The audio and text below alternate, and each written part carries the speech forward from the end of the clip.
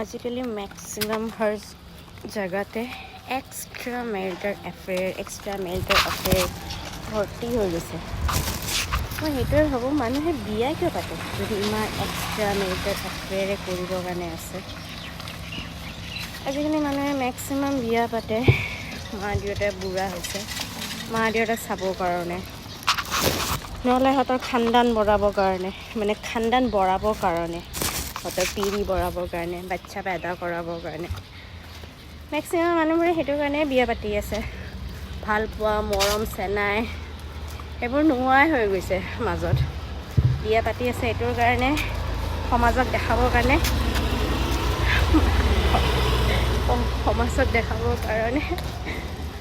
বুঢ়া মা দেউতাক চাবৰ কাৰণে আৰু বাচ্ছা পেদা কৰিবৰ কাৰণে, আৰু একো নাই।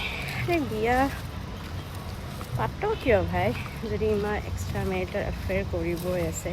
ষ্টপ দ্য মেৰিড ন, শাদি বন্ধ কৰি দো, মত কৰোঁ।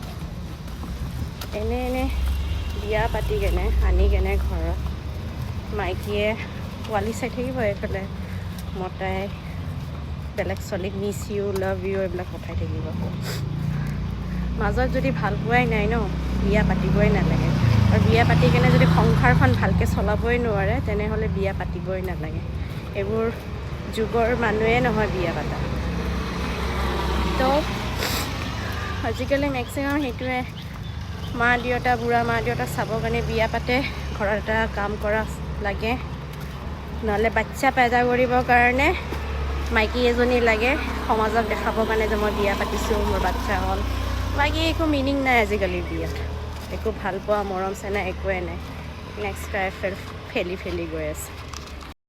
আৰু এটা কথা, যাৰ মা দেউতা বুঢ়া হৈছে, সিহঁতক চাবৰ কাৰণে কাম কৰা মাইকী, খানা বনোৱা কুক এইবোৰো পাই যায়।